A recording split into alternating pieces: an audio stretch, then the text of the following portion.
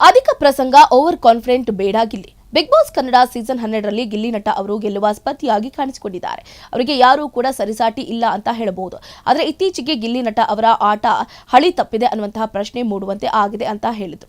ಹೌದು, ಈ ವಾರ ಗಿಲ್ಲಿ ನಟ ಅವರಿಗೆ ಕಿಚ್ಚನ ವಾರ್ನಿಂಗ್ ಬಂದಿದೆ. ಗಿಲ್ಲಿ ನಟ ಕ್ಷಮೆ ಕೇಳಿದ್ರು. ಗಿಲ್ಲಿ ನಟ ಅವರು ಒಳ್ಳೆಯ ರೀತಿಯಲ್ಲಿ ಆಟವನ್ನು ಆಡಿದ್ದಾರೆ. ಆದರೆ ಇತ್ತೀಚೆಗೆ ಈಗ ಅವರು ಪ್ರತಿ ಹಂತದಲ್ಲೂ ಕೂಡ ತಪ್ಪುತ್ತಿರುವಂತೆ ಕಾಣ್ತಾ ಇದೆ. ಗಿಲ್ಲಿ ನಟ ಅವರಿಗೆ ಈಗ ಸುದೀಪ್ ಅವರಿಂದ ವಾರ್ನಿಂಗ್ ಕೂಡ ಬಂದಿದ್ದು, ಇದಕ್ಕೆ ಅವರು ಮಾಡಿದ ತಪ್ಪೇ ಕಾರಣ ಎನ್ನಲಾಗ್ತಾ ಇದೆ. ಈ ವಾರ ನಾಮಿನೇಷನ್ ನಡೀತಾ ಇದೆ. ಈ ನಾಮಿನೇಷನ್ ಮಾಡುವ ಅಧಿಕಾರ ಕ್ಯಾಪ್ಟನ್ ಮಾಳುಗೆ ಇತ್ತು. ಆಗ ಮಾಳು ಅವರು ಒಂದಷ್ಟು ಹೆಸರನ್ನ ನಾಮಿನೇಟ್ ಮಾಡಿದ್ರು. ಅವರು ನೀಡಿದ ಕಾರಣ ಸರಿ ಇರಲಿಲ್ಲ ಅನ್ನುವಂತಹ ಕಾರಣಕ್ಕೆ ಅವರಿಗೆ ಕಳಪೆ ಸಿಕ್ಕಿದೆ.